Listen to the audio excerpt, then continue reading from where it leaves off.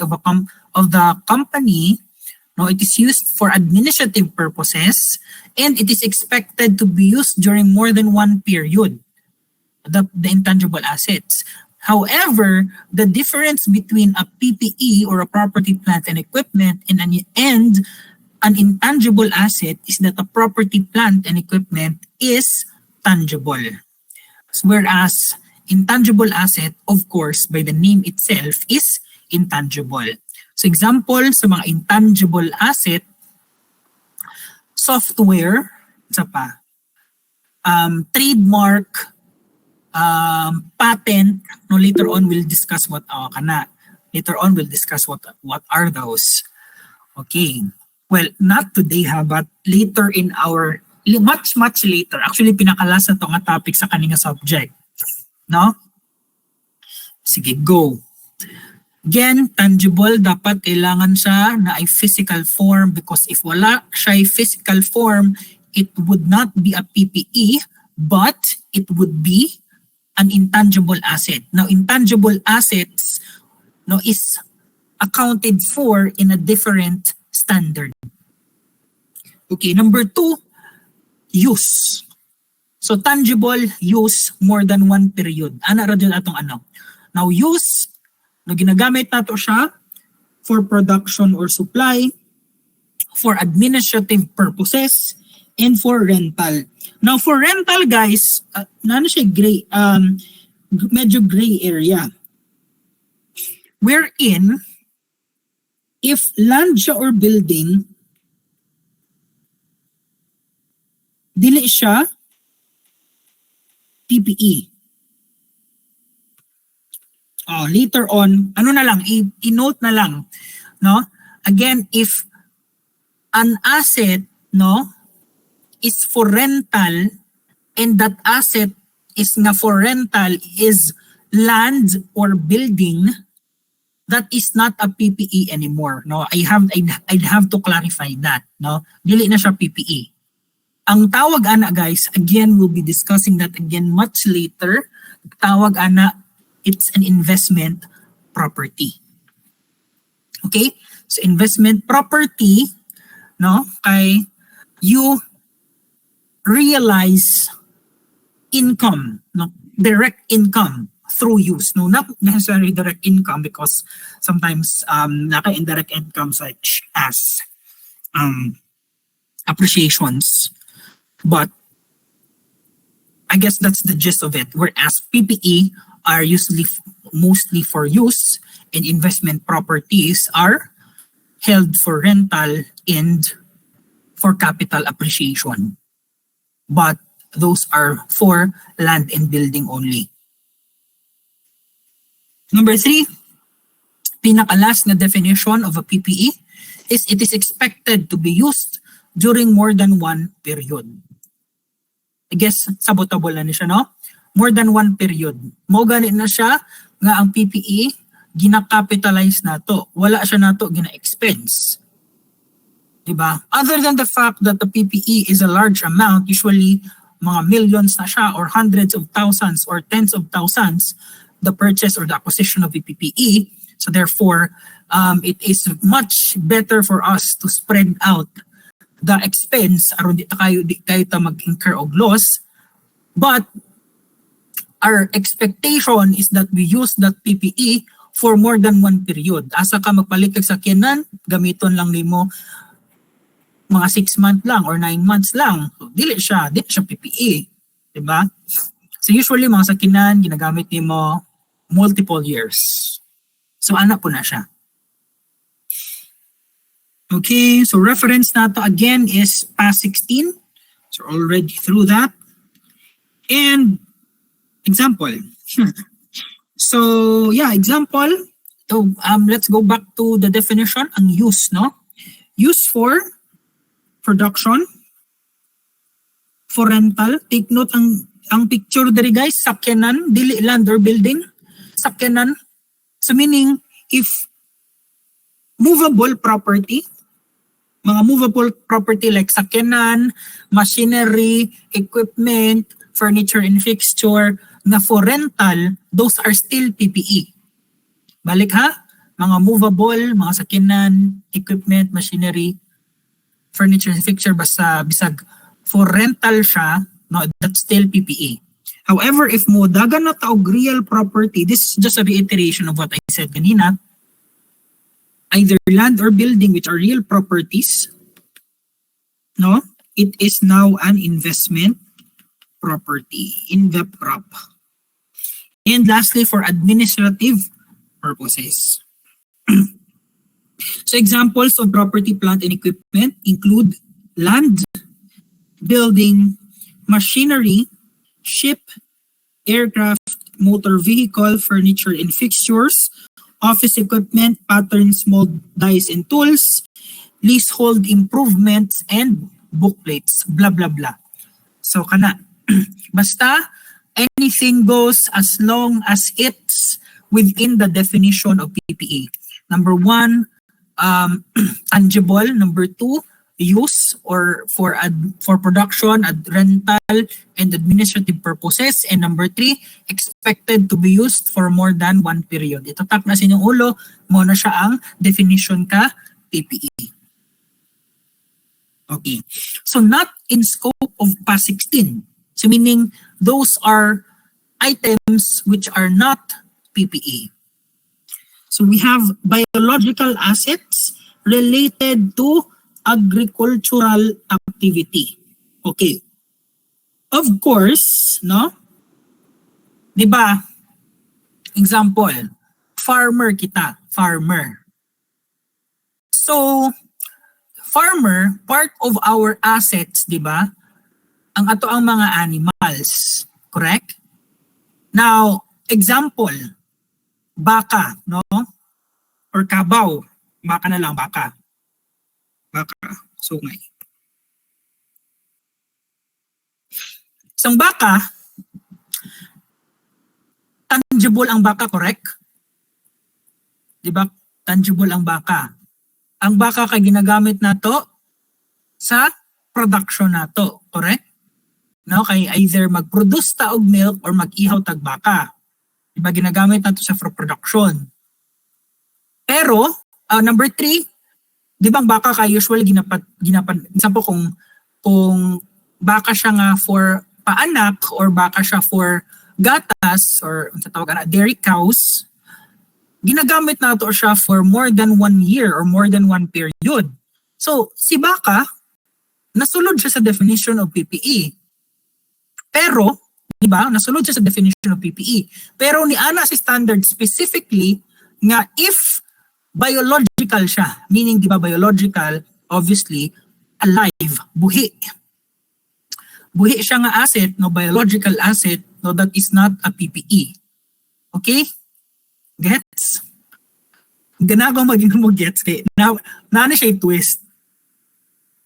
Okay. Kay natay ginatawag nga related to agricultural activity. Oh my God, rabbit hole. Later na ako mag-discuss. Okay. Oo. Basta,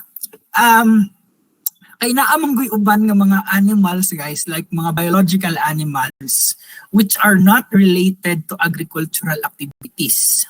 No? So ako na lang ibutang dire. Please take note. Kaniha, mag-ingo kong take note. Pag-take note yun mo.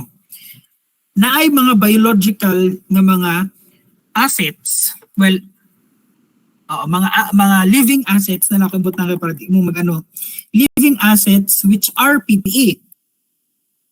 No, confusing siya kaya dapat strictly for agricultural activity mga good siya, which are PPE.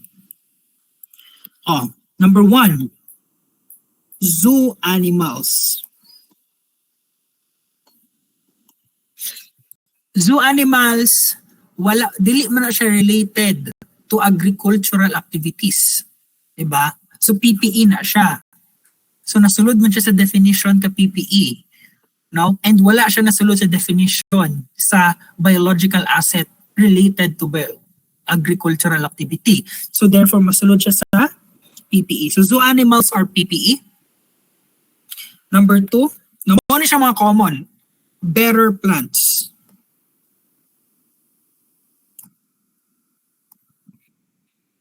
Better plants. So unsa ni siya sir ang better plants? So better plants, example, mangga, no? Fruit trees. Anong mga fruit trees, wala ni siya nato kinakonsume. Gigakuwatra ta nga magbunga siya. So more or less, niya na si standard, no, dili na siya biological asset daw. No, kanina si better plant. Si better plant kay PPE na siya. So medyo lisod siya wherein because mo good siya. Kung mag-illustrate ko, no, sorry guys medyo ni siya. But ang kailangan lang na akong tandaan ninyo kay basta zoo animal siya, panood ko basta zoo animal siya and better plant, PPE na siya. Dili na siya biological asset. So, this first statement ng biological assets, no, strictly dapat related lang siya to agricultural activity. Zoo animals kay di mo siya related to agricultural activity, ang better plants, no, kana same pod nga reason. Okay. Ang mag-ingon magud tag agricultural activity na siya dapat i-consume jud ang plant. Mao na siya ang reason out ni standard. Sige, I'm not gonna pursue that thought, no. Let's just keep it as it is for now, no. Kay I understand nga first pa lang nato ni siya nga meeting. So kung i-erase kabaw, so mo-adto ko sa letter B. Kaya ano maka-erase eh.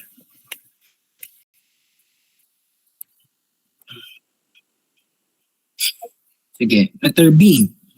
Mineral rights and mineral reserves such as oil, natural gas, and similar non-regenerative resources. So these are in scope of another standard. So please go take note guys ha. Of course, we extend this one to intangible assets. Now, let's add na lang po. And investment properties. And I'll add po another A, B, C, D, E. Please ko take note, dili po siya in scope sa inventories. Okay.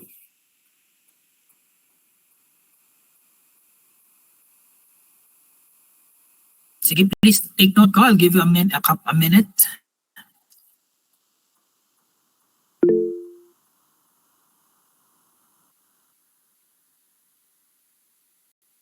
A question? Ano question? Nag-chat. And, wait lang. Oh, sige, go. Nag-hands, raise kasi mo hands. Sorry. Pero ako ba ito? Na-mistake lang. Sige, wala no? Sige, go. So, the standard for intangible assets is, nabalik ko, past 40? No, past 41. Wala lang. Past 41. Oh, past 40 lagi. Past 40. Ang investment property, intangible asset is past 38.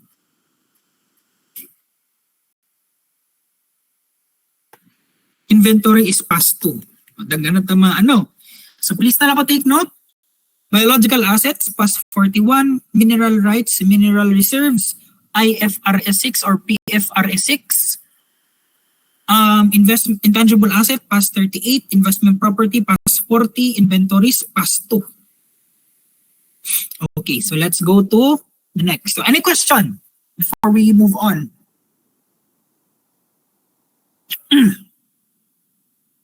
Any questions so far? None? Okay, let's proceed. Okay. Now, ari na to sa measurement. Di ba I said last time, no?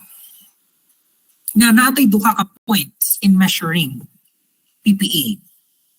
We have initial measurement, IM. We have subsequent measurements.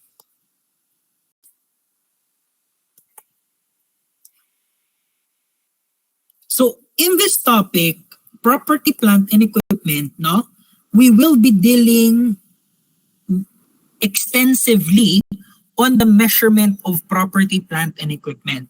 So most particularly, the initial and subsequent. Now, initial measurement, no, this will be on this chapter.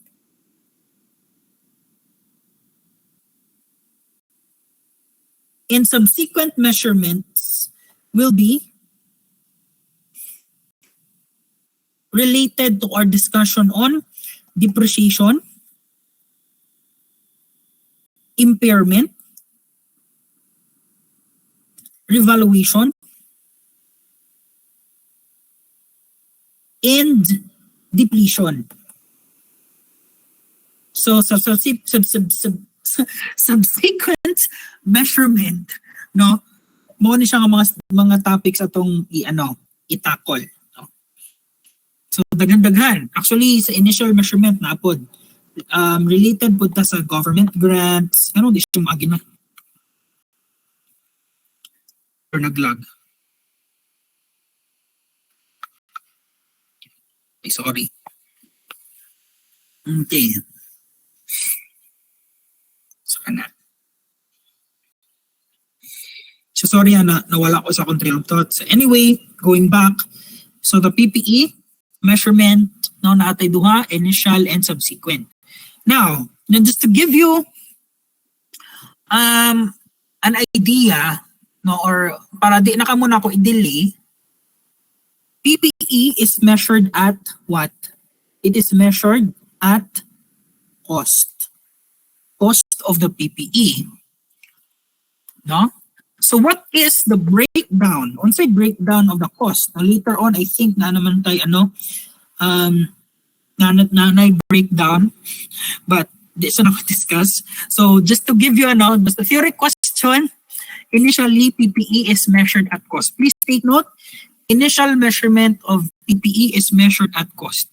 And of course, this cost, no, kaning nga cost ng word, daghan ni siya og under, no? Kung cost na po siya, daghan na siya mga kadaghan siya og mga parts, no? Dili lang siya isa. Dili lang siya kung sa purchase price muna na dayon. Now, related to that, no, subsequently, property, plant, and equipment is measured at cost minus accumulated depreciation. Ako na lang i-express or ibutang as AD. Cost minus AD minus impairment losses. Pinakaigo, I'll just write IL. So subsequent measurement of PPE is cost, meaning initial cost minus accumulated depreciation.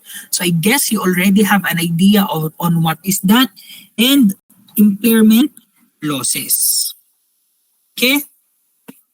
Right. So let's go to the next page. Recognition criteria. Di ba ni Ana ko ganina? Definition, definition, nag-skip to sa initial and subsequent measurement. Now let's go to recognition principle. And what I've said, probable, measurable. Kana ra jud. And this is true on a lot of accounts, no? Just the simple asset recognition criteria. Probable, measurable. Okay. So now let's go to acquisition of property, plant, and equipment. No, again, after in this topic, no, nakita na ninyo sa screen ganit, no, nasa ubos, measurement, no, of PPE. Now, our references on acquiring or on the acquisition of property, plant, and equipment, we have for the general rules, we have PAS 16, which is our PPE standard. We have what we call PIC Q&A. Now, what is this? What is a PIC, sir? What is a PIC Q&A, sir? So PIC Q&A stands for, take note, Philippine, P for Philippine, I for interpretation, C, committee. Philippine Interpretations Committee. Q&A, of course, questions and answers. So pick Philippine Interpretation Committee questions and answer number 2012-2. Please research on this one. We will be discussing this one when we are going to be discussing land and building. And the title of this pick Q&A is Cost of a New Building Constructed on the Site of a Previous Building. Now, naana siya set nga guidelines and rules. Now, sir, is pick Q&A a standard, or what is the purpose of pick Q&A first, no? Okay, so pick Q&A, guys, it is a committee wherein they they clarify, no? Again, sila ang clarify on vague items. Vague meaning walay dili klaro or dili specific. Si PFRS manggod o si PAS, no, or mga standards na ginagamit ni Philippines, no, si IFRS, ano man guni siya? Ang tawag ani is principles based, no? PFRS is principles based.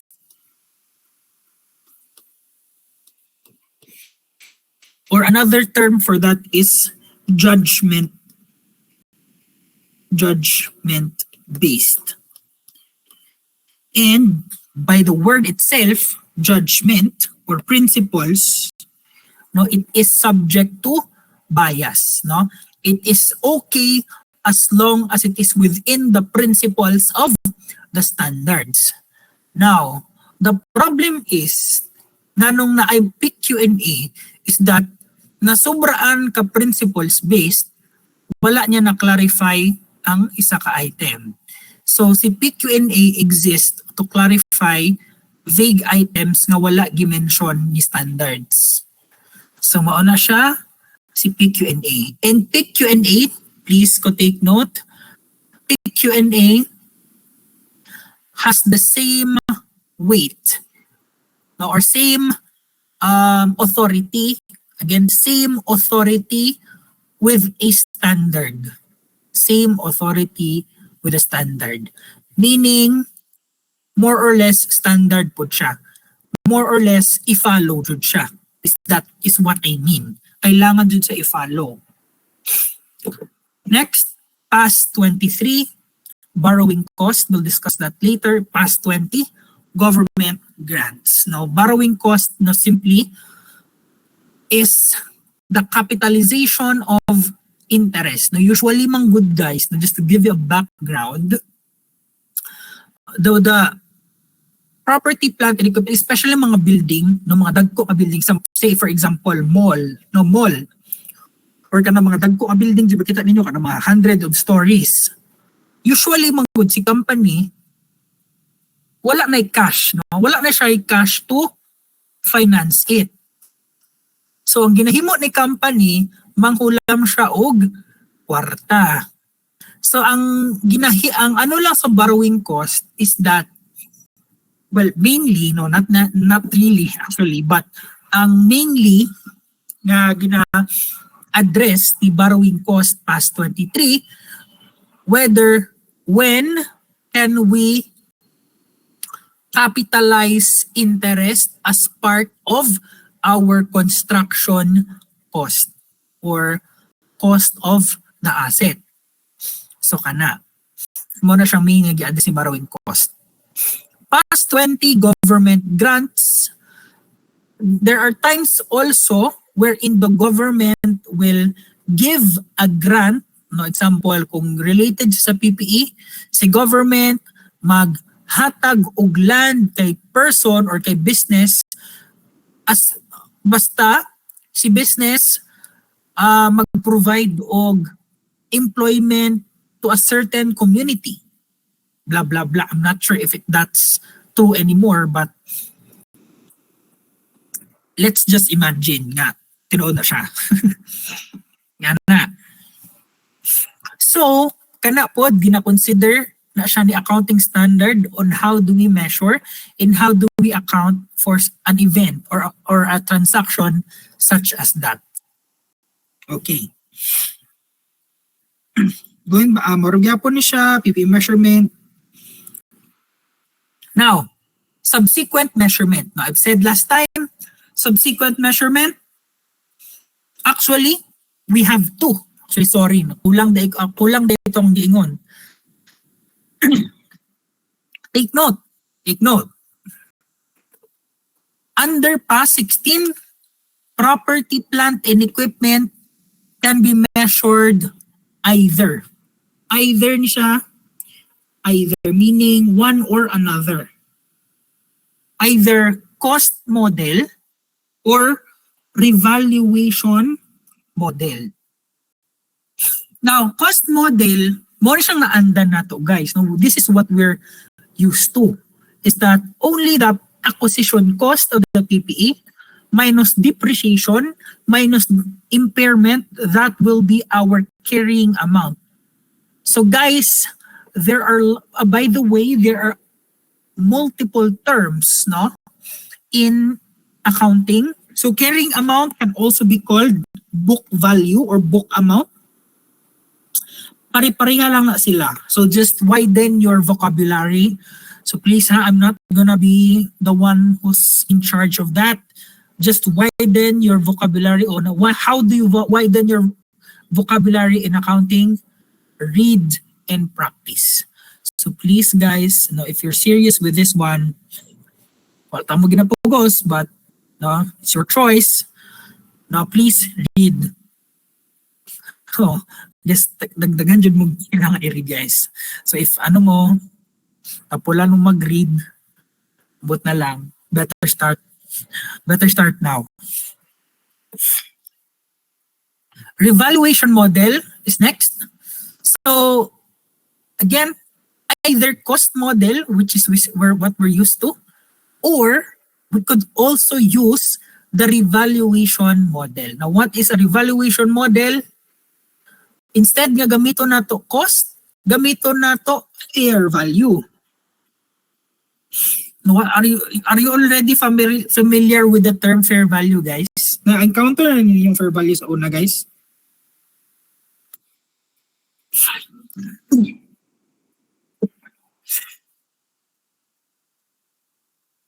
Na-encounter na niyo yung fair value? Now, fair value, na siya own standard, no? It's PFRS 13. Kana lang sa mo lang nakabutang sa tiya. So basically, the definition of fair value is if ikaw ang owner, kanay Bisaya nako anya pinaka-simple nga definition of a fair value in accordance with PFRS 13 is that wait lang. is that it is the price that you are going to be receiving. So mo ni siya ang price nga madawat nimo when you sell an asset in an orderly market transaction. So meaning, kung ibalik na siya nimo ang certain PPE, how much will you receive? Ana ra siya. In a market in a market. Dili lang siya on a private sale, no? Because if it's a private sale, it's not fair value. Okay, so I guess that's it. Again, to reiterate, initial measurement of PPE, cost, subsequent measurement of a PPE, either cost model, which is cost minus depreciation minus impairment, or fair value model, which is fair value minus depreciation minus impairment. And again, carrying amount can also be called book value. Sale. Okay. Sale of PPE, we have two standards. Similarly, PAS 16 and PFRS 5. Now, PFRS 5, we'll discuss this also at the end part na sa Phil 124. No? It's non-current asset held for sale. Alright, so 5 minutes break guys, mag-CR sa ako. So, biological break, 5 minutes, and we'll discuss acquisition of property plant equipment. Okay, see you. Okay.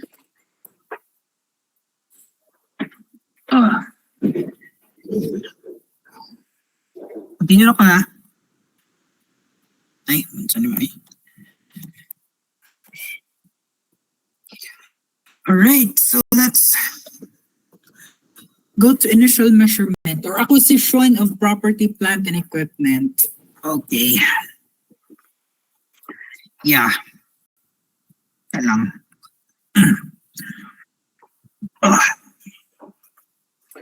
So, as what I've said earlier, no, the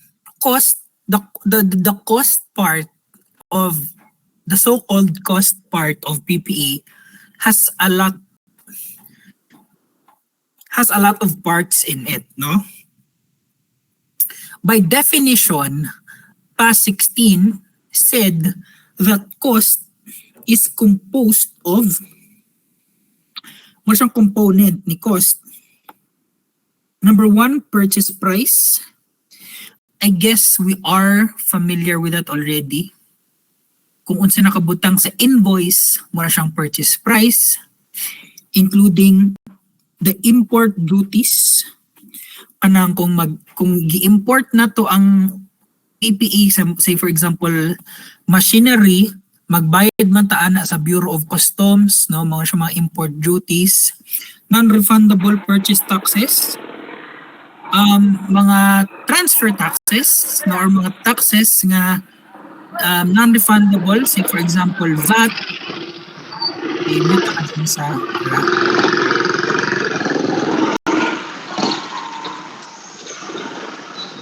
okay. Sige, sorry. And guys, after deducting trade discounts and rebates. Okay.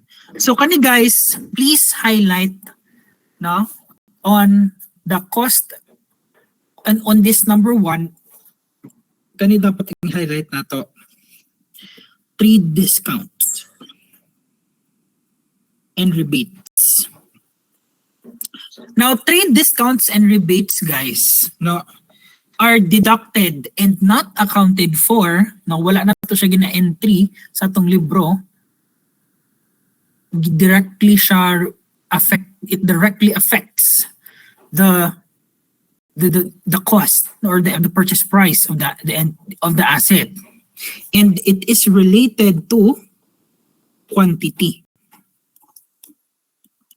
Ang pinaka-example nako, pero sa inventory guro nako maano.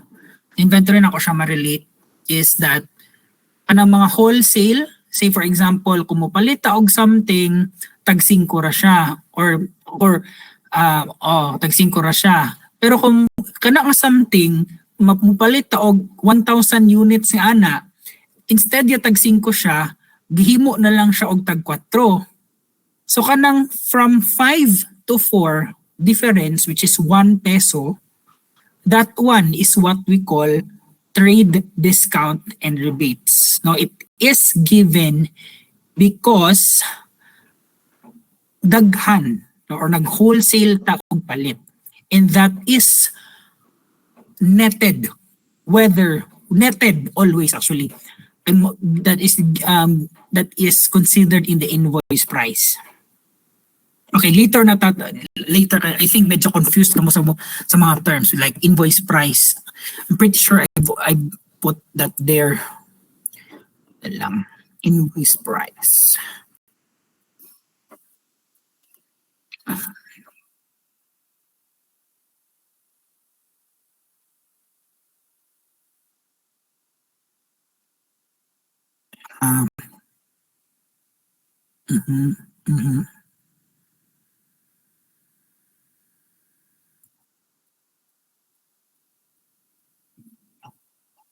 Okay, sige. Nasya. Sige. Okay, later on we'll differentiate. Now after purchase price, import duties, non-refundable purchase taxes, we go to directly attributable costs. No? As what I've said ganina, katong number 10, these are costs directly attributable to bringing the asset to its location and condition necessary for it to be capable of operating in the manner intended by management. So example ani is freight, insurance, installation, ano pa? Mga cost of not cost of training, freight, insurance, installation, cost of testing, no, testing cost, blah blah blah. No, mo ni sila mga examples of directly attributable cost. Think of it as cost, or no, these are costs that we would have been avoided had we not acquired the asset. So another term ani, and I hope you would be familiar with this term, it is what we call incremental. Incremental cost. So you could look that up, incremental cost. Now these are costs that we would not have incurred had we not purchased the asset. Number 3, ginakaligtaan sa mga edyante. So dapat i-emphasize na ko na ninyo, ayaw kalimti si number 3. This is the initial estimate or pinaka-simple dismantling cost. Cost of dismantling and removing the item. Example. So ang machinery gina-install na siya nato. However, after many years, no, nga paggamit nato kay machinery, of course, i-replace na nato siya. So therefore, if i-replace nato siya, i-remove nato siya, i-dismantle nato siya. So kana pa lang at the point of acquisition, take note, di ba? Initial measurement pa ta, guys. Ngano sir, initial measurement pa ta, ngano mag-think na taani nga ang tango na nato dahil ng asset, nga bago pa lang ganit na to palit. So kana, yes, i-consider gapo nato. However, of course, since PPE, di ba, is long-term, dugay nato ni siya magamit. So that's why this cost of dismantling, this cost of removing, take note of the first two words, initial estimate. Especially on the second word, estimate. Estimate. Dili na maklaro. Pala ng word. Estimate. Just to emphasize.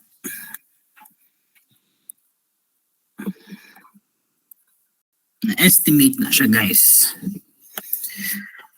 So this estimate, no, is also what we call discounted.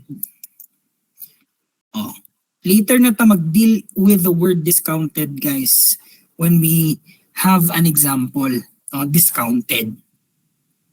Again, to reiterate, number 1, purchase price. Number 2, directly attributable cost or DACs. Number 3, dismantling cost. So muna siyang 2 ang initial measurement of property, plant, and equipment. Any questions?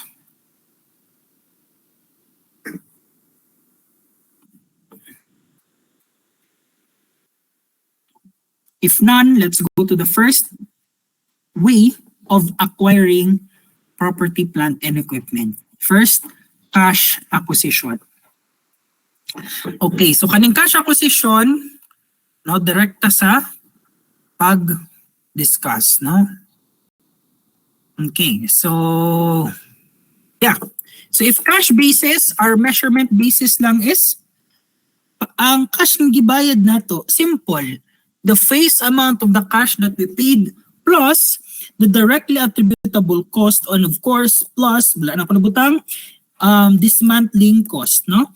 Again, initial measurement basis for cash acquisition of property, plant, and equipment is cash paid plus directly attributable cost plus dismantling cost. So 1, 2, and 3. Simple lang. So example, at the beginning of the current year, a company purchased a machine for 250,000 pesos that was placed in service at year end. So the entity incurred the following additional costs for the machine. Nagbayad ta og shipping, nagbayad ta og installation, nagbayad ta og testing related to the purchase of this machine. Without the answer, Key, how much will be our capitalized cost if nakasabot mo? Sa kung i-discuss kanina. How much is the cost of PPE? How much is the cost of PPE? 50K, 30K, 50K, 50K, 300K, 50K, 50K, 50K, 50K. I see a lot of 50Ks. 50K ba? What is the composition of the cost of the PPE? Na nasa taas gani. The purchase price or the cash that we paid plus directly attributable cost. Anyone? Anyone here, what is the 50K? Unsa ni si 50K sa katong sa ato ang measurement basis? Unsa ni si 50K, guys? Unsa ni si 50K? Unsa ni si 50K? So yung ano magputol man na siya. Digital man ni. Hindi man ni lapis. Unsa ni si 50K? Si 50K is the directly directly attributable cost. Tapos na bitaw siya. DAC. Now si 250, this is the purchase price or si cash paid, which is the cash paid. Simple. So the answer is 300,000. I think that's it. Cash price, shipping, installation, testing. This is our initial cost and this is our entry. Debit machinery for 300,000, credit cash for 300,000. Very simple, very easy. Let's go to the next one. Yan naman siya. Wala pa na-erase sa una. Di pa dyan ma-erase. My gosh. Okay. Sige. Anyway, mag-send lang ko sa link yung file. Nagamit naman ako last year. So lump sum acquisition. Okay. So this is another method of acquiring PPE. Kanina is cash method. Karon is lump sum acquisition. Ang pasabot lang guys sa lump sum, di ba? Lump. So what we call lump? Lump kay pinagsama-sama kung sa Tagalog pa. Sa tawag ana diri sa kung ibisaya nato siya panang kumpra, tama ba kumpra? Mura siya kanang gibulto. Thank you. Gibulto. So we purchased multiple PPE for one price. Say for example, mupalita og house and lot. So ang PPE na house, ang ang PPE na house ug ang lot, which is the land and the building. So both are acquired through one purchase price, but we need to recognize two separately. So ang question, how do we measure the property, plant, and equipment? Okay. So how to measure? When a group of assets, meaning multiple, di ba, group of assets, daghan sila, is acquired for a lump sum price, the total cost should be allocated to the individual assets based on their relative fair value or their fair or value or appraised or appraised value. So I'm going to be sharing another screen. Kaya I think, hugaw si next page. Okay ra. Masabtan ra. I'll send a clean version later. Again, just to reiterate, lump sum acquisition, if we acquired a group of assets, no, for a single price, ang basis nato in valuing the asset is based on relative fair value. So pasabot sa relative fair value, just to simplify, na example later, but I'm going to give you another simple. Example, ganina naingon ko, nipalitag house and lot. So ang nipalitag house and lot, say for example, for 500,000, balay ni siya og yuta. Ang cost nato kay 500,000. Now, we need to separate the two in our books. No, kailangan natin separate. Using this principle of the lump sum acquisition, we need to determine the fair value or the appraised value of the PPE. Say for example, si land, kay ang fair value ni land kay isa yun nga, ang fair value ni land kay 125,000. Ang value ni building, ang fair value ni building kay 250,000.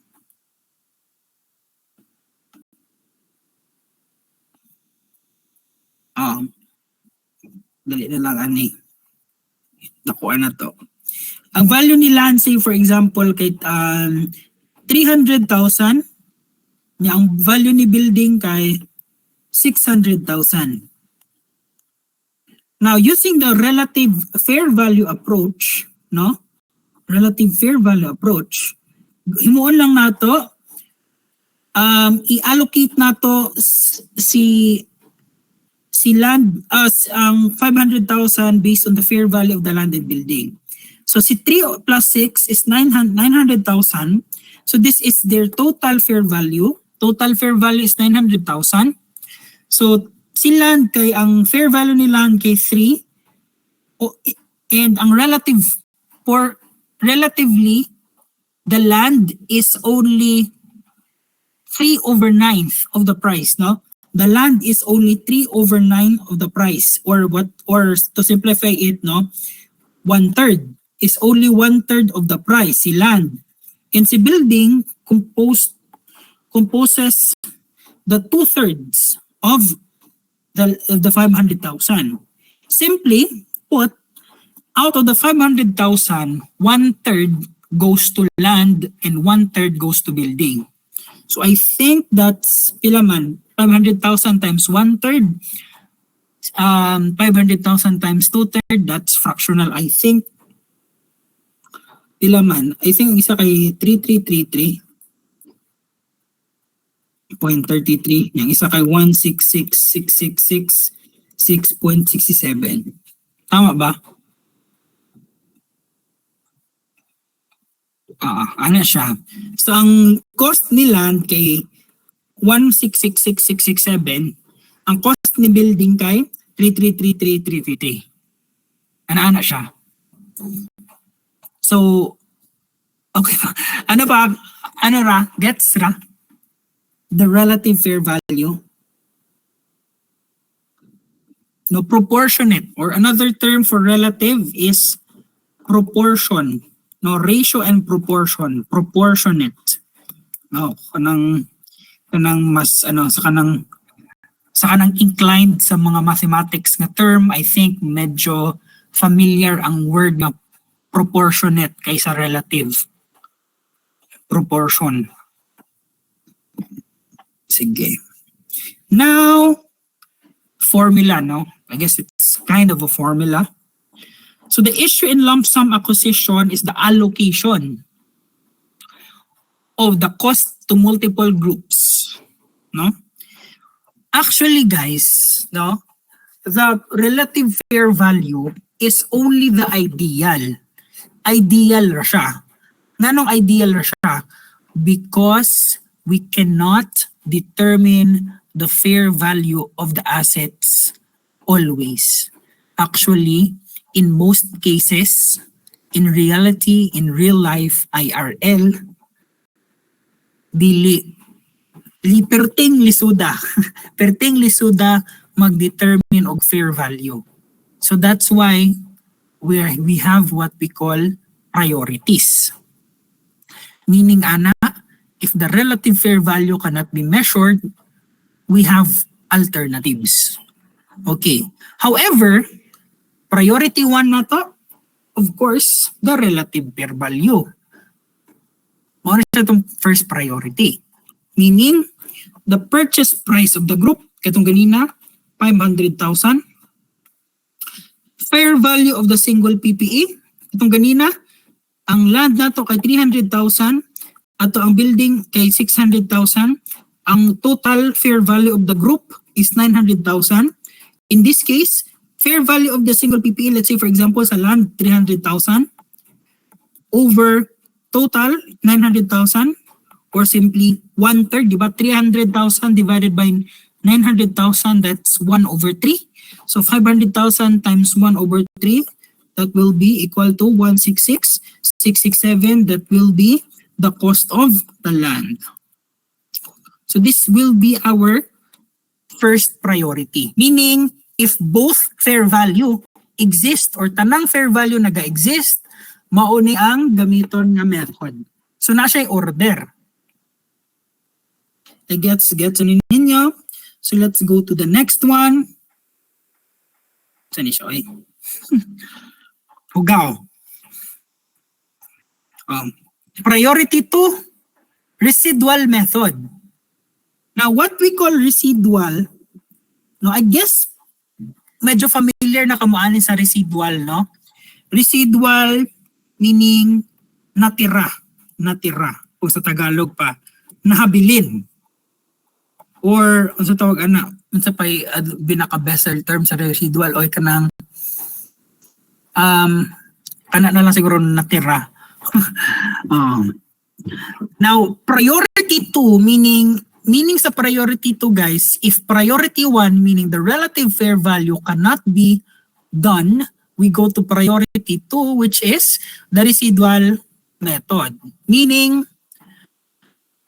gamiton nato ang naara. So katong gi-example nako ganina, di ba, si 500,000 nga purchase price nato total, say for example sa katong 500,000 nga land and building, si land lang ang naay fair value. Si land kay di ba na ito'y 300,000. Pero since lisod kayo determine ang fair value ni building, dili na ta mag-determine, di na ta kahibaw kay perti mang lisod da mag-determine sa fair value. So himuon na lang nato, gamiton nato ang priority 2 kay di man ta makagamit priority 1 kay di man nato ma-measure ang fair value ni building. So therefore priority 2, and si priority 2 ni ana lang siya kung unsay residual or unsay nahabilin after deducting the cost of or the fair value of the asset, muna siya ang fair value of the other. Meaning 500,000 minus the fair value of the land of 300,000, meaning kasi si land lang atong i-minus kay mora man ni ang ma-determine nga fair value, so di ba, based on tanawang formula, purchase price of the group 500,000 minus fair value of the PPE with fair value, meaning ang naray fair value si land lang man, ang nahabilin or ang residual mauna lang ni ang sa building. Since ang purchase price nato kay 500,000, nya out of that 500,000, sure naman jud ta nga 300,000 kay related sa land. So therefore, kung unsay nahabilin ana, mo na siyang building. So mura gi-work back siya or o kana work back, I think abo naman gi-squeeze no another time ana. So gi-work back lang si cost ni PPE of 200,000. Now, priority 3, no, if no fair value is available for building and land, meaning si both building o si land, walay fair value. Walay fair value si land o si building. Kung saan himuon na to, walay fair value si land and building, ihatag tanan kay land. Please take note of the priorities 1, 2, and 3. No? Allocated 100% to land if no fair value available. So meaning if walay land, walay building na fair value tungod sa kalisod o measure or dili siya ma-measure, kay dili siya for sale, ang cost nato ihatag sa land tanan. Clear?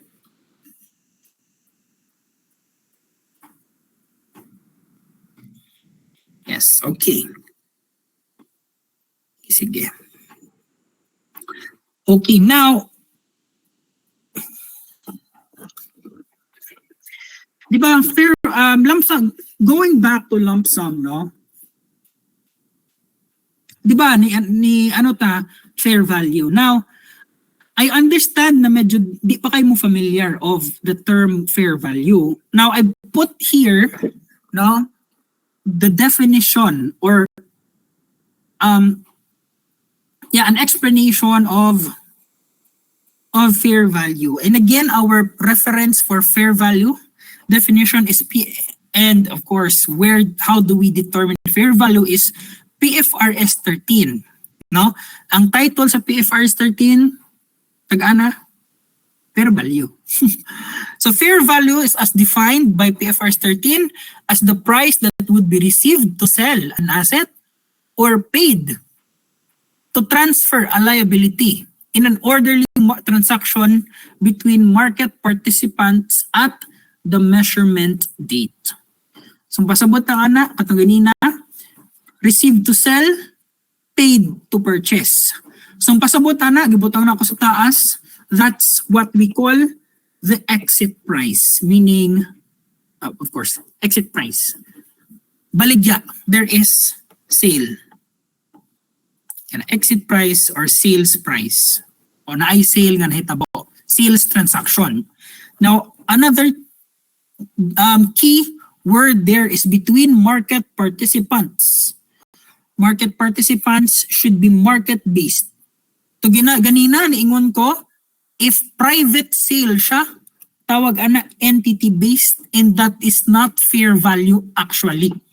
Dapat ang price is based on the market. Now, sir, unsa na siya? Nasa ubos. Sir, what is a market? Example, kung stocks ta, familiar ba ka mo sa stocks? Stock exchange, stock price, share price, mga stock market, pero mga traders dire or butang na to kanang bitcoins, di ba? Di siya stock ng bitcoins kaysa ano na siya. Pero kanang pang ano ba, pang Gen Z nga ano ba, medyo relatable ninyo kanang mga mga crypto-ish. Ang crypto kay mo siya stock-ish, pero joke dili. Ang stock man gud kinaaman siya yung value jud niya, ang crypto wala man siya value. Based lang siya sa sa tao. So, now kani again, exit price niya, ang basis dapat nato sa fair value sa kanang mga markets, no? Example sa market is the London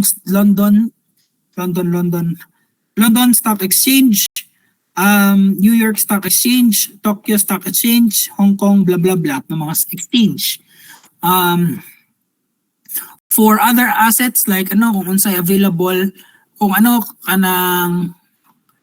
sa mga PPE, kung sa mga examples so basis fair value sa mga PPE, kung unsa ang price or usually mga average price or ang market usually mga magpare-pareha man ang mga market price per area. So kung unsay price sa area, no, for example land, kung unsa ang per square meter sa land sa kanang area, di ba naaman na siya. So muna siya tong fair value. Okay. So kana pasabot sa market price or market participants. I'm not gonna elaborate also further on this one. No? Mga valuation technique na ginatawag na fair value hierarchy. No, later on we'll discuss that. Later na ako sa siguro nga topic sa sa investment property or sa investment in equity security kanang fair value hierarchy. Well, may discuss po ito siya actually sa biological asset. So fair value hierarchy, just to give you an idea, natay level 1, level 2, level 3 fair value. So level 1, level 1 kay mo na siyang pinaka-reliable and pinaka-easiest na determinable na fair value, which is the fair value, very easy siya, like say for example sa mga stocks, no? So it is based on the published, no, and active markets, no? So later na to mag-discuss basta natay fair value hierarchy under PFRS 13, level 1, level 2, level 3. For now, we're fine with that. No, bisag pa lang ta, surface level knowledge pa ta. No, kay later on kanang ludon mo sa fair value nga mga explanation nga balik-balik. Okay, daghan tag mga fair value guys. Pero same lang yapon basis PFRS 13. So mura tag sirang plaka na magbalik-balik ta, magtuyok-tuyok ta, discuss og fair value. Muna siyang need nato mag-share ko pag on screen na kay di na makita. Ano ako gi-erase? For a while, dali lang.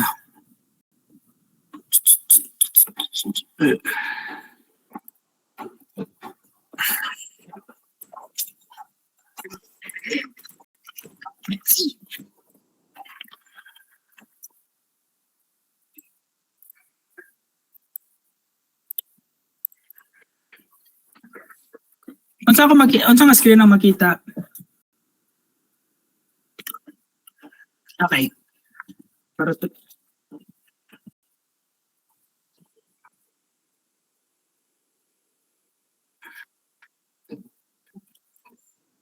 Okay, good. Nawala? Okay, so I'm going to be sharing my screen and please determine the amount. Okay. So, guys, how much or what is the initial measurement of the land? Please answer. Type it on the screen. If you just test if kabaw mo.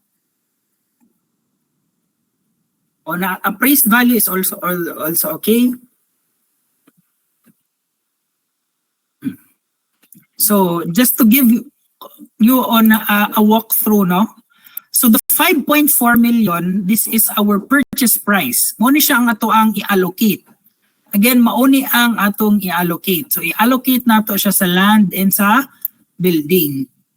Nya natay duha ka values dere. Natay current appraised value and natay seller's original cost. Now, what will be our basis? And of course, natay appraiser's fee. By the way, appraiser's fee is part of the cost of land. So just to, wala ani dahil kung saan siyang solution na check na ko. Di-appeal ba niya sa sa allocation? Wala.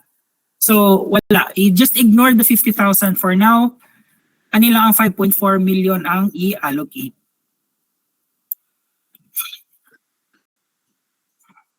So allocate the 5.4 million.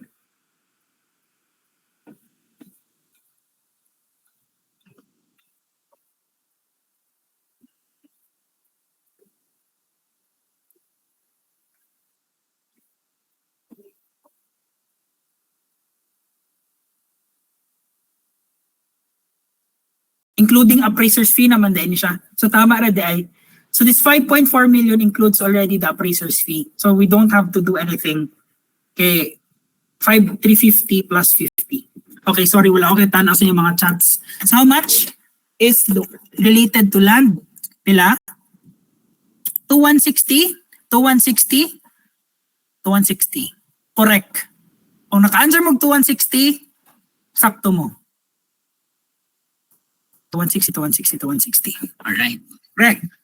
So, next page reveal. So, ang cost sa land, ang 5.4 includes already the 50,000 appraisal cost. So, an appraisal cost to be allocated to the land and building also. So, land is 2,160. Ang building, 3,240. Mo siyang total na itong cost, mo siyang total na itong gibayran. So 5.4 million credit to cash. Debit land to 160. Debit building 3,240. So mo nang cost atong land, mo ning cost sa ato ang building, nag-credit tag cash kaya mo na itong gibayran. Okay, so I think that's quite self-explanatory. Okay, sige. Now, say for example,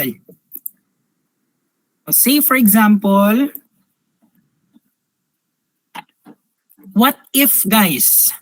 What if? Naman siyang reason nga nung gitabunan ko to ang screen din sa last year. What if ang warehouse building walay appraised value? Ang land lang ang na-appraised value. Now question, how much is the amount allocated to land and how much is the amount allocated to the warehouse building? How much for land? How much for building? Unsa naman ta nga priority since the relative fair value is not allowed, is not available.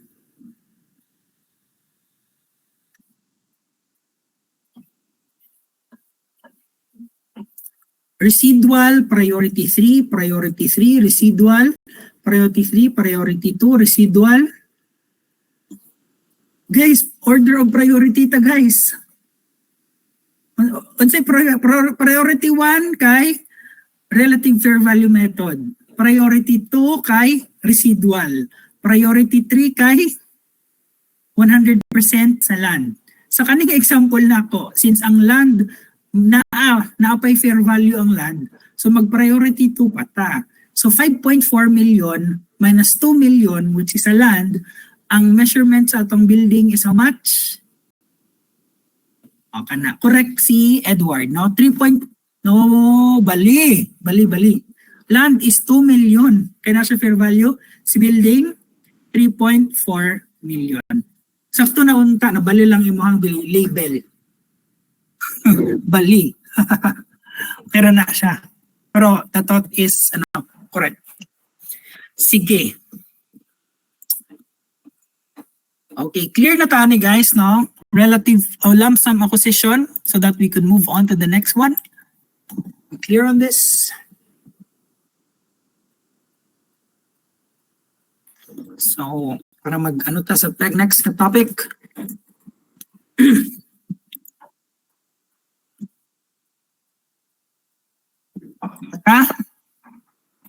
Sige. Going back, mag-share na ako sa akong isa ka screen.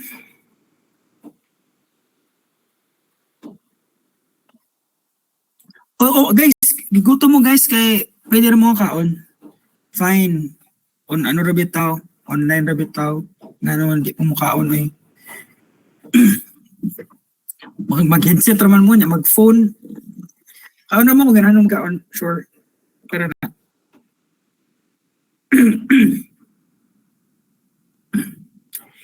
Sige, next is number 3, acquisition on account. Pasabot ang guys, acquisition on account, imong gi-accounts payable or imong gi-utang, wala nimo gibayaran tanan, or either nag-down payment ka, bayaran nimo ang iban on a later date. Usually, if what we call number 3, acquisition on account, no? Ang account ani is only short-term basis, no? Short-term basis lang. Usually, ani, bayaran nimo within 30 days or within 1 month to 3 months. 30 to 90 days. Ano na mga creditor mo? 30 days to 180 days. Pwede po. Basta mga short-term basis nga dili siya mo-incur kaayo og interest or dili jud siya mo-incur og interest. Mura siya normal credit term on a large purchase. mahalon siya, so makasabot si supplier nga di siya nimo bayran immediately. However, dili sila willing nga mag-extend nimo og financing nga dugay kay nimo siya bayran, like mga pila ka years, 3 years, 5 years, kanang tagaan na ka mga 30 to 90 days or 180 days. Ana ra ang acquisition an account. Now, how do we measure property, plant, and equipment purchased on account? Okay? Take note of this one. List price. List price, another term sa list price is catalog price.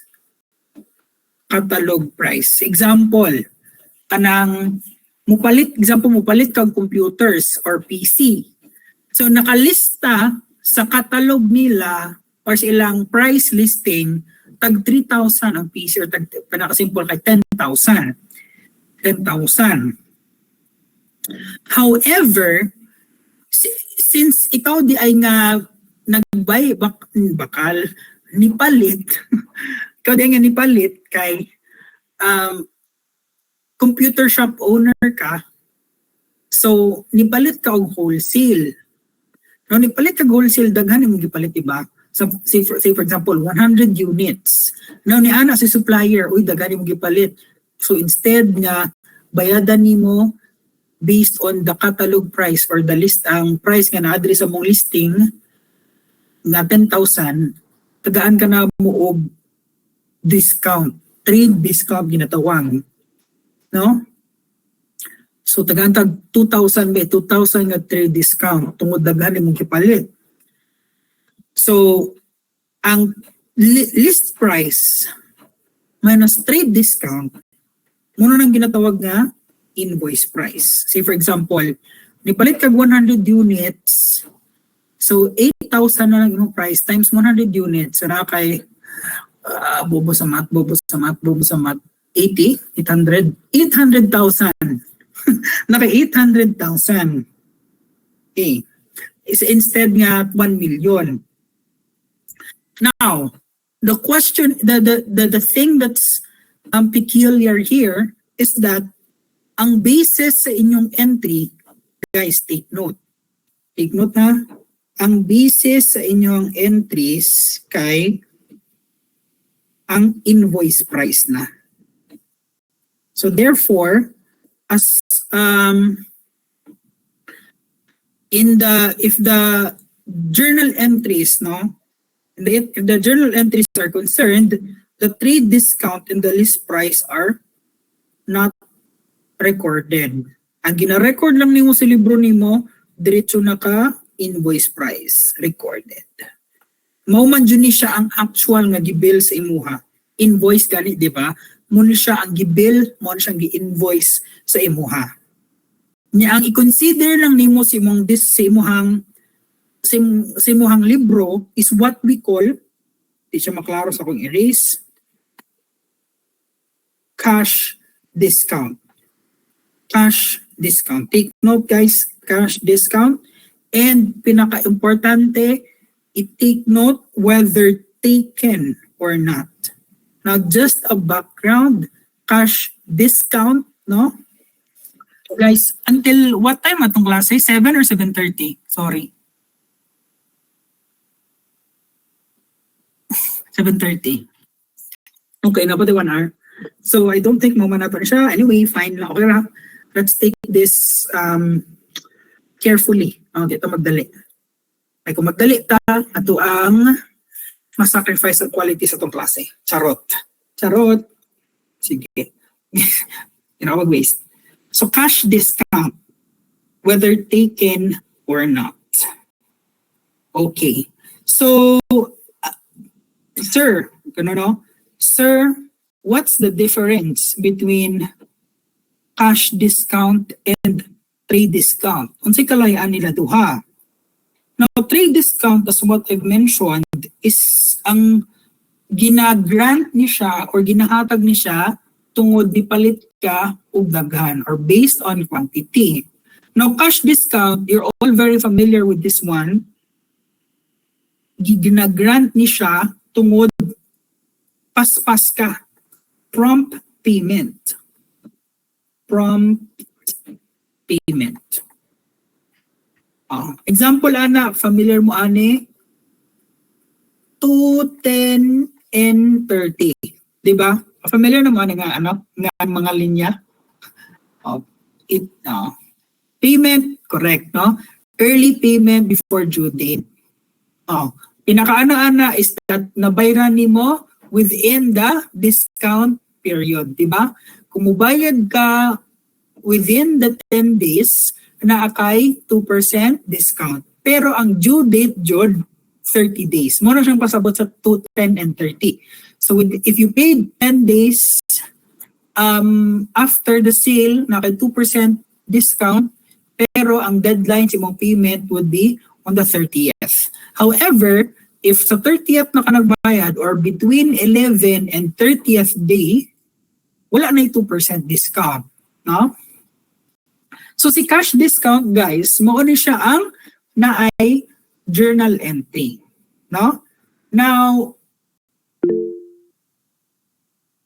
okay, Ayla. Hands up. Or misclick ra to. Okay, go, open your mic lang, fine. Or type.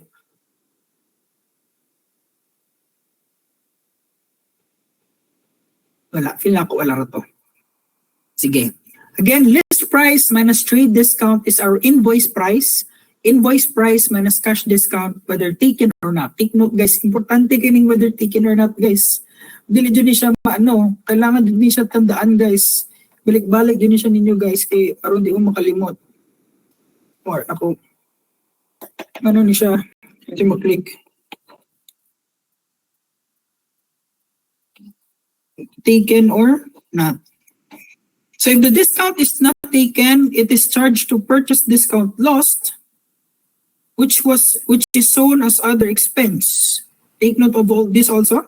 Cash discounts and rebates are generally considered as reduction of cost and not as income.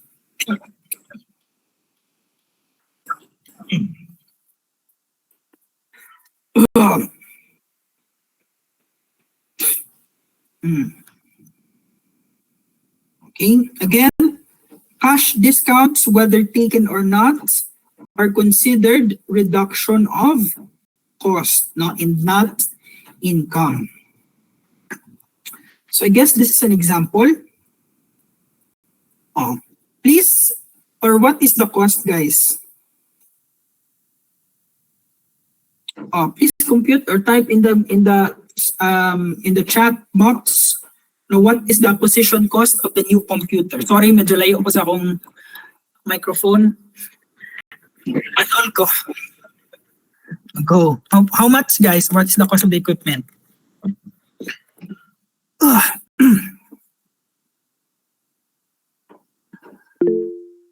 Go, Gwen.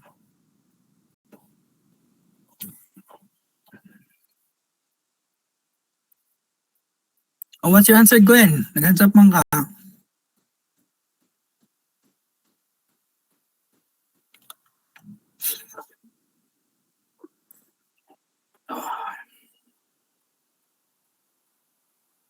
How much? Medyo taas-taas siya. Again, guys, whether taken or not ang purchase discount, guys, ha. So, purchase discount, diretso na kamo o gano.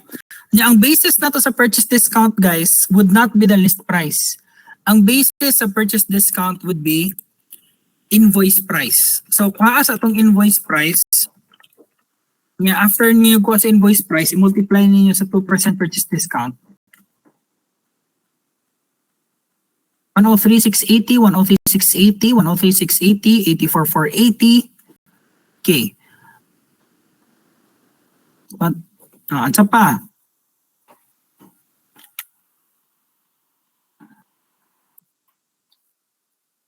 $103,488. Makita man sa ubos, no?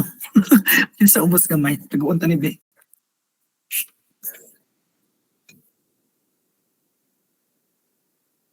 Joke, mawala di siya. Correct. Now, 106,680. So, I'm going to be giving you a couple of minutes, no? to internalize first before I explain, or 5 until 6:45 tanawan ninyo ang screen, sabtan ninyo paano pag-answer. Yeah, I'll explain.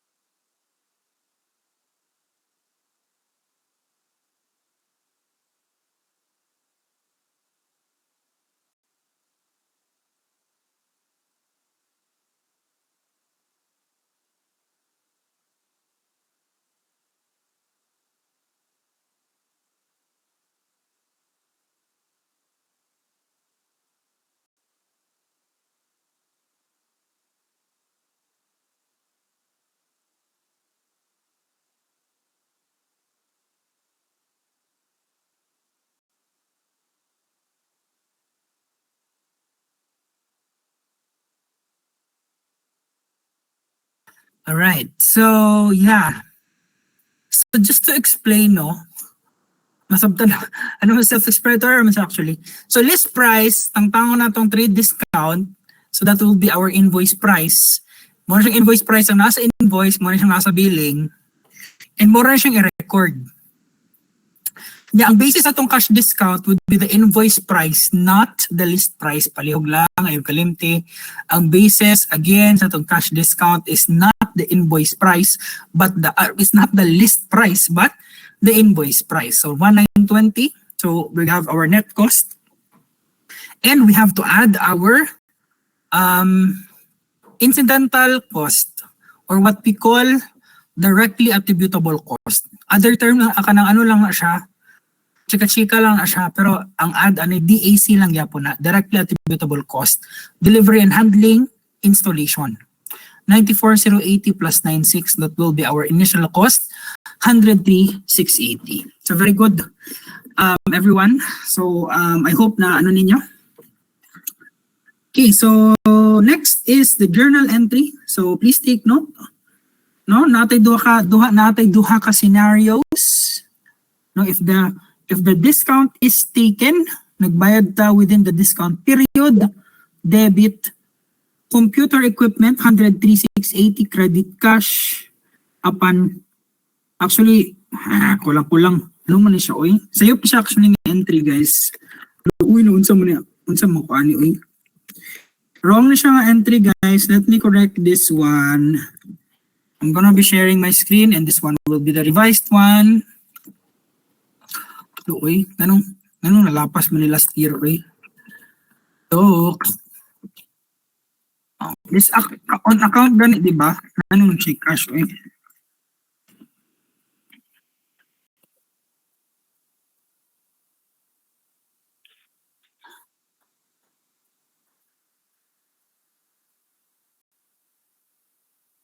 Dali lang.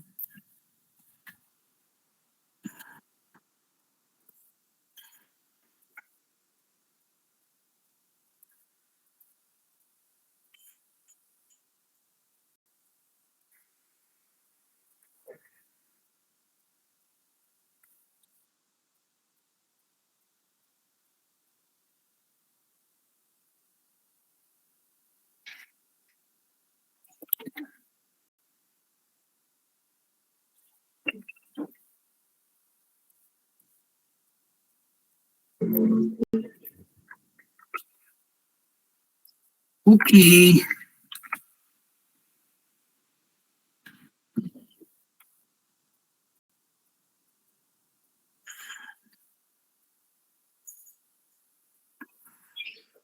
Save ako entry diha. So I'll share another one.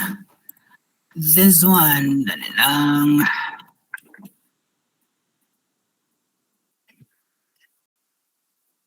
Ana. So ang initial na to entry in both cases, initial na to cases entry in both cases, initial na to entry debit computer equipment 103,680, credit accounts payable not cash 103.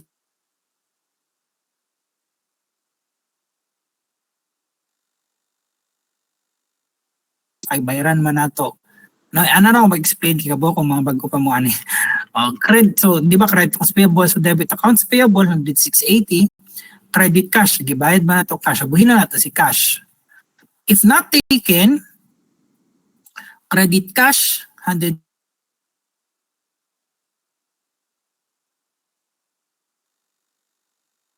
accounts payable nato kay since ang original natong agi-record accounts payable 103,680, so mo bu natong i-debit. Kay maura man natin cancel dito mag-debit og 105,680 kay net debit natong 80. Nya ang i-debit nato nga pares ani since wala man nato gikuha ang purchase discount, ang tawag ana purchase discount loss. Now purchase discount loss is a loss and not is but still part or deducted to the cost of the equipment. So ang presentation or ang classification sa purchase discount loss ano siya sa ibutang siya ibutang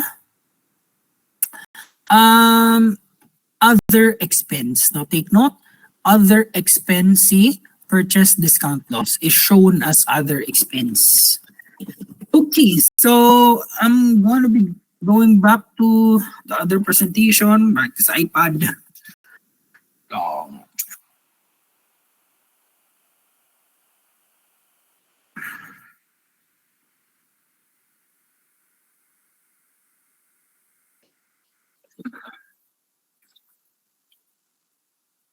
Okay, so going back, save na siyang entry. I'll send an updated one later. Okay. Breathers ata. Ari ito sa pinaka-up sa fourth.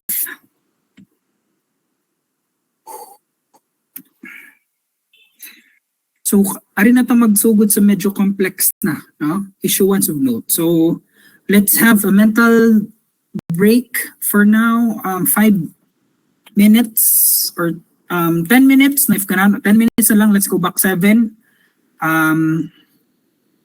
So that we can recollect ourselves, pahuway ta, kailangan mo mag-break, kailangan mo mag-snacks, kailangan mo mag-CR, go. So let's be back 7. Okay.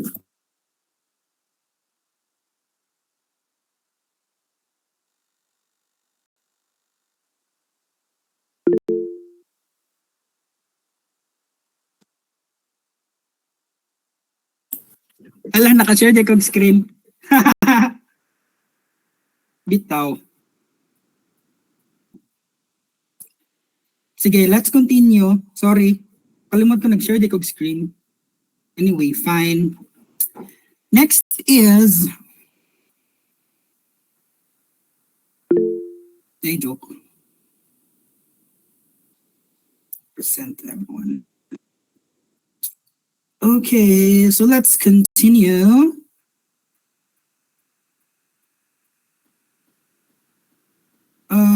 Where...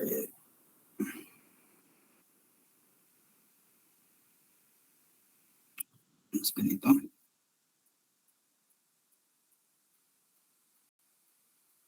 Okay. So let's, dali lang, pindaw na kong pen. Buang.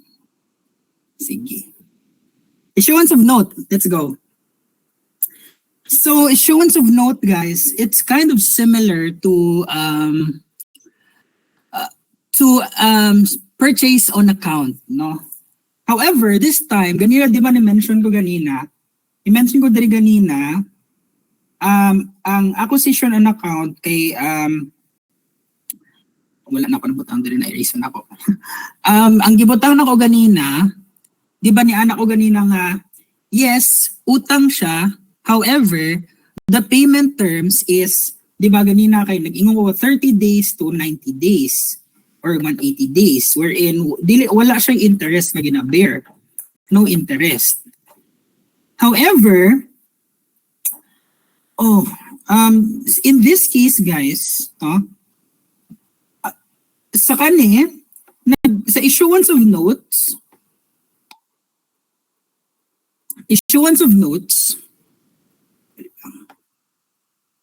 there is same lang hapon siya. However, naanatay ginatawag nga formal or written, no, written na jud siya. Written promissory note. Sa promissory note. Now, usually, no, promissory note, di ba, has interest. Now, na siya interest. And usually, a promissory note, no, is more than 1 year. No, more than 1 year. Na ang pinaka ano aning common aning PPE nga gina-issuehan nato og promissory note kay tawag ana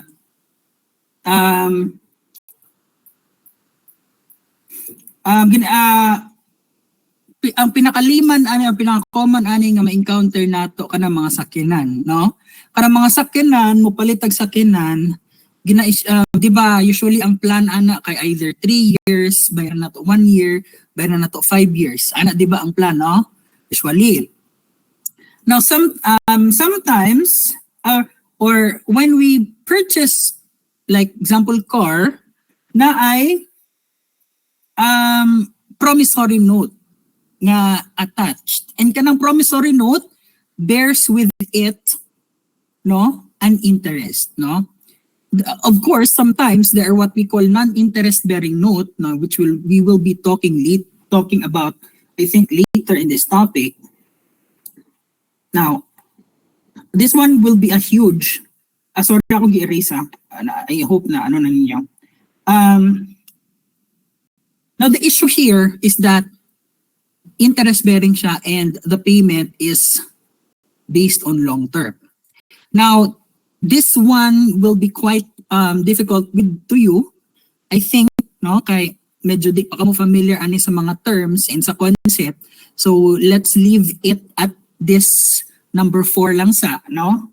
Now, when we issue note, no, or promissory note to purchase a property, plant, and equipment, initially our basis for measurement, no, is what we call cash price. Now, sir, what is cash price? No, cash price is the price if we paid in cash. Cash price if we paid in cash. Di ba kung magtanaw mo, nakatry magtanaw mga sakyanan, example, na siya cash price na kabutang. Say for example, sedan. If i-cash niyo mong sedan, mubayad ka og 1 million. Example.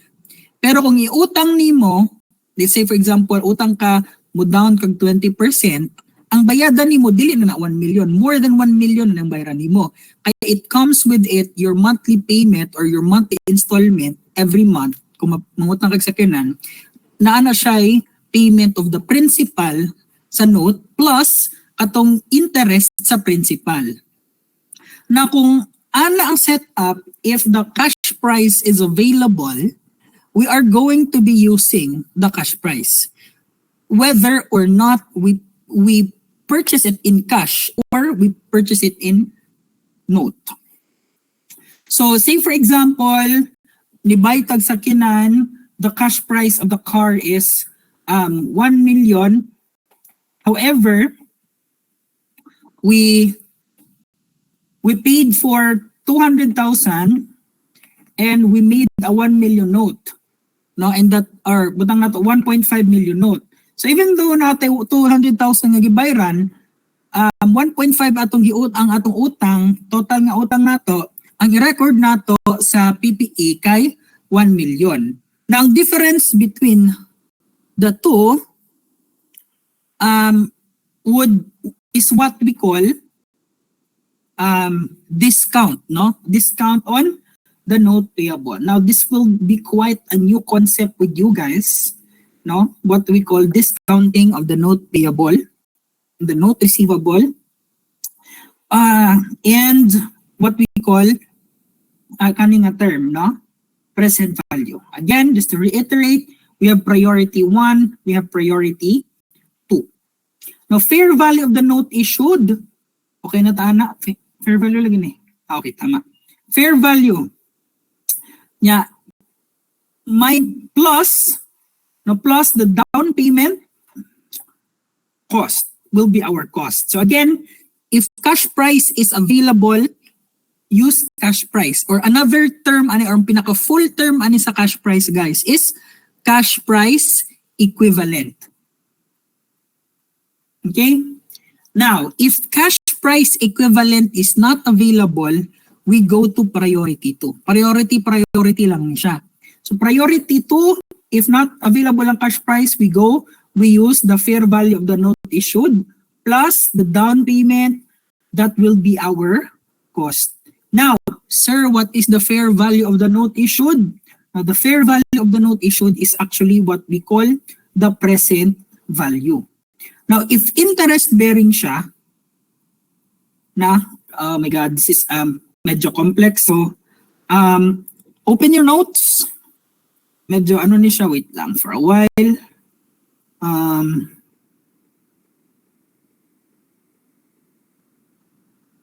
Good notes ka na. Sige. Notes payable. My God. So medyo siya, no? Okay. Medyo bago ni siya sa inyo, ha? I understand it. It's going to be, this is new for you guys. Last time ang God came, block 3 na kami nagsugod ato. So medyo familiar na to sila sa mga present value, no? Kamo, this will be your first time encountering present value. So notes payable. Actually, this is applicable to debt instruments in general. Now, notes payable, guys. Listen, let's just make this simple. Notes payable. It can be, there are two kinds of notes payable. Na mga klase. Natay interest-bearing, meaning sa promissory note, if nakakita na ka mo promissory note, na ay interest nga nakabutang, no? And natay non-interest-bearing. Pero conceptually, guys, notes payable or tanang debt instruments, no? Debt instrument, notes payable is a debt instrument, are interest-bearing. Pero ang non-interest-bearing is on the face of the note lang. Okay. Now, sir, how do we measure whether if interest-bearing siya or non-interest-bearing? Paano nato i-measure ang notes payable? Okay? Kailangan man tag measurement ay right basis, ana. Now, if interest-bearing siya, tungao na pod nato. Si interest-bearing, natay ginatawag realistic. My God. No, bago taan nga term. Napuntay unrealistic. Sige, we'll repeat this one and we'll have extensive exercises on this one aron ma-familiar mo. Now, if interest-bearing siya and realistic, what does realistic mean? Realistic means that this is another new term for you guys. Nominal rate or nominal rate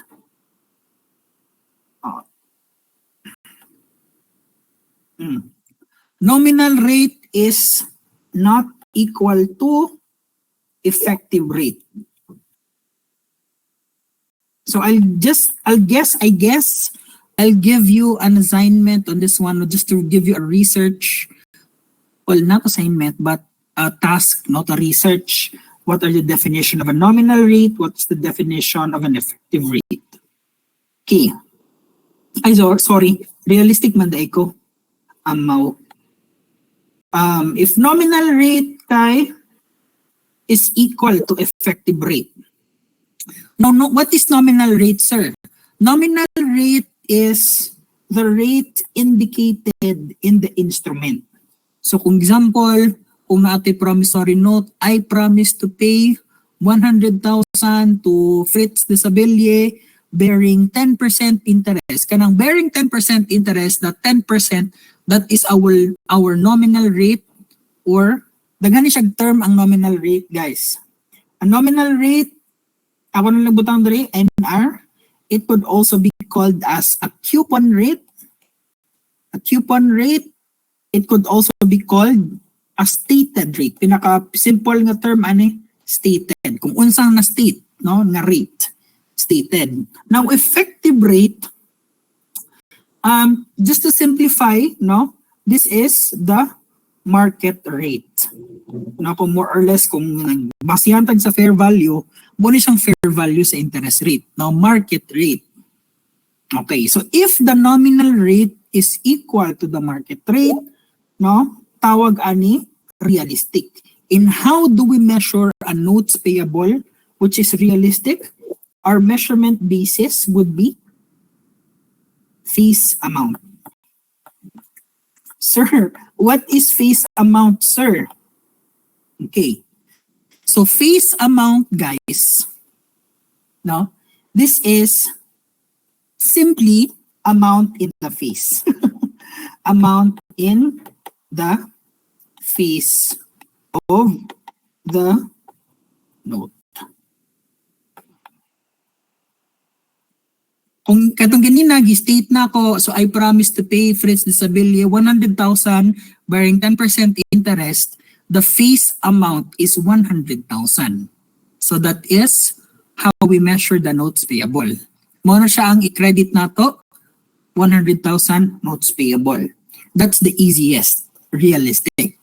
However, there is what we call unrealistic. Sir, what is unrealistic? Just to compare this one with realistic, unrealistic, unequal siya. Unequal siya.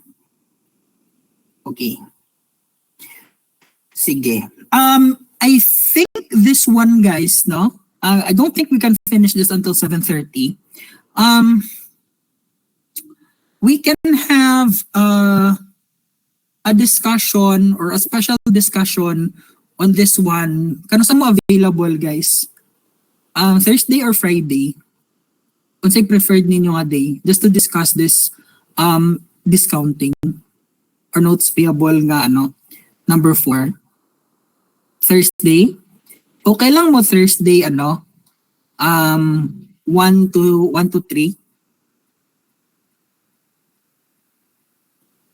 Okay mo Thursday 1 to 3. 2 hours lang. Sige. So, I guess we'll stop here. I'm going to be sharing the PowerPoint presentation that I've used. No, limpyuhan lang na ako. Yeah, please read it. By tonight, I'm going to be posting the link for the answers para ninyo ibutang ang mga answers ninyo. Nya tomorrow morning na lang, pili lang tonight ibasin di na ako mahuman, medyo basin taas-taas siya. Anyway, kita na lang ta Monday and Wednesday. Monday, Wednesday, Thursday 1 to 3. So let's end here tonight because I'm not confident na ma-absorb ninyo nga topic, and I don't want to waste our time talking about something that I know you're going to be having a hard time understanding unless magkita ta face to face. So I guess mag-try ko og book og dako nga classroom aron maisa lang nato. F2F lang, guys. Para at ma-address nato kanang naamoy mga concerns. Na ako ipakita ninyo nga lecture nga video nga magamit ninyo. Pero next week na lang. Sige. Mag-announce na ko sa classroom, guys. Okay. Sige.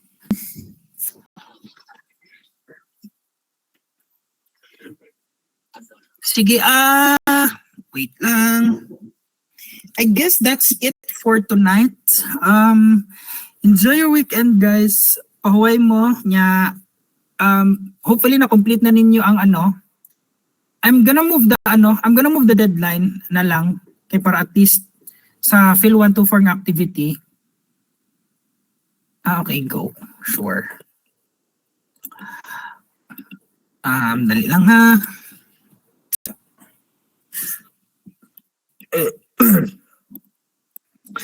Classroom. Sige. Announcement. As what I've said, I'm going to be moving the deadline for Phil 124 na classwork. Again, I'm going to be moving the deadline for the classwork. From tomorrow, I'm going to be moving it Monday morning na lang aron dili sad ta KJ nya gubaon ako tong inyong weekends. Charot. Kabo ko study mo kung weekends. Sige, Monday na lang guys, Monday. Sige, don't wanna copy invite link. What's gonna siya Here for section A, here for section B, I don't care, I don't know asa mo diya ganahan mo sud. Amo na bahala unsa inyong gamiton. Sir, F to F pud ta ka Tuesday, yes. Napyod ko exam, sir. Okay. Abitaw si Janice. Na kay Saturday, Janice. Sige, laban. Muunay. Ay, Tuesday. Sorry. No, Wednesday. Sorry. Wednesday. Guys, sorry guys. For section B2, please change or i-update na lang to nato. Instead nga every Tuesday, every Wednesday, kaya mo mangguna ang nakaschedule good. Nasiyo pro ko ato, kay wala ko nagbasag tarong sa akong class schedule. Wednesday lang guys Okay. Okay, magduwa na po dali. Joke. Sige guys, bye-bye. Bitaw, Friday, Friday feels na karon. Kapoy Joke, sige Kamel. Sige. Enjoy your weekend, guys. Kung wala na may question, sige, okay na ko Tuesday actually. Tuesday na lang. Wednesday na lang. Okay mo ng schedule. Conflict? Na-conflict ang mga Monday ang B1, nya B2 Tuesday. Afin sa B1 Tuesday. O lagi. Wednesday lagi ta. Ha? Dali lang. Guys, okay ra. Sige, go. Sige, ako na lang mag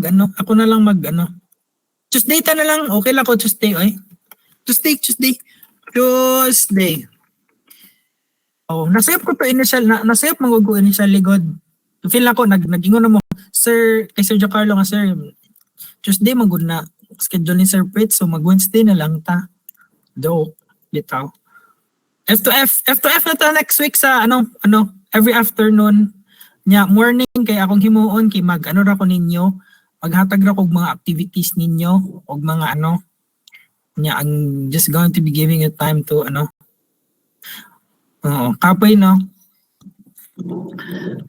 If the F gapon sir would say sub Tuesday sir what 106 oy 107 kay block 2 block next pa nga block ang 107 dili block 2 block 34 ang 106 ang Tuesday kay supposedly dapat Wednesday pero Tuesday na lang okay ra ko kay section B or B2 nya Monday kay B1 106 nya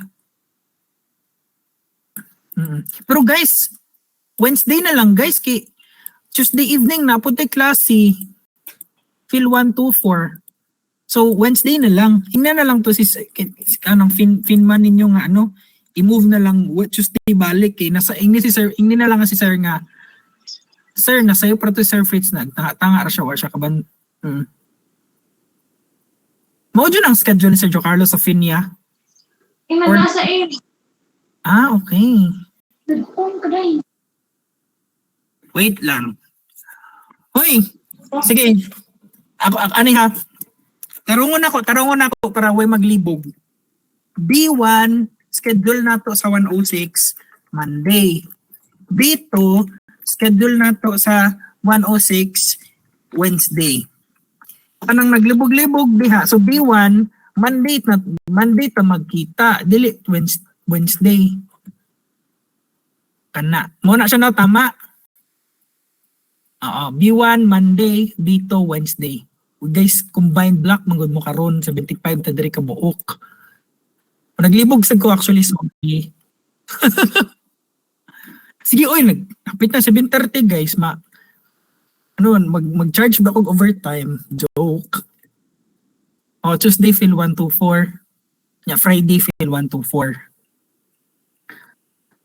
Wala, Tuesday gabi 5-5. Wala na kay gabi man. Pero mag-Thursday, magkita ta Thursday aron ma-explain lang nato ang ang notes payable. Skip nato ang number 4 nya adto ta sa number 5 sa Wednesday nya. Diretso na ta Yeah, isa lang ta ka section. Mag-try ko og book dako nga classroom or dili kung walay ma-avail nga dako nga classroom ra mo. Naabitaw ang mga lingkuranan na ay na second na ay kanang kamot sa kamot ba.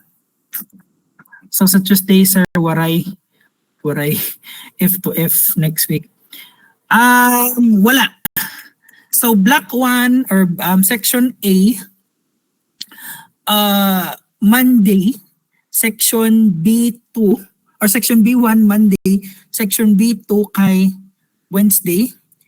Niya ang class, that's for 106. Niya ang klase nato sa 124 kay 5 Tuesday, 5 to 7 online.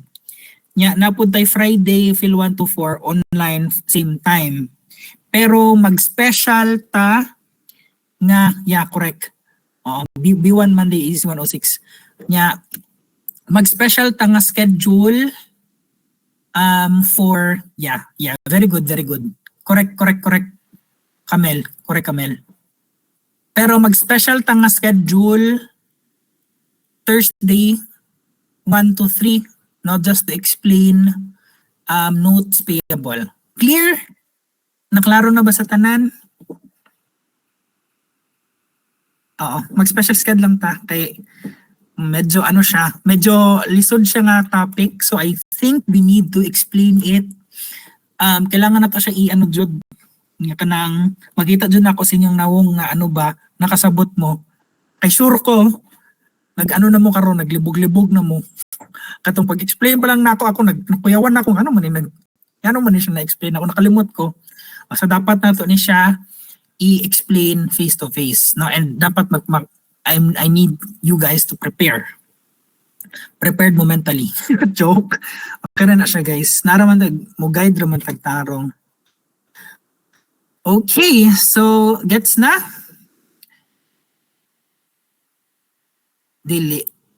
Kana lang next week lang. Just to explain mga difficult na topics for field 1 to 4. Okay?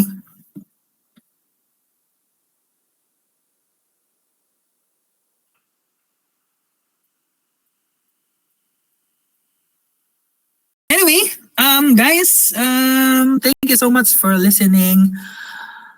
Have a nice weekend. Bye. See you Monday and Wednesday. See ya. Bye.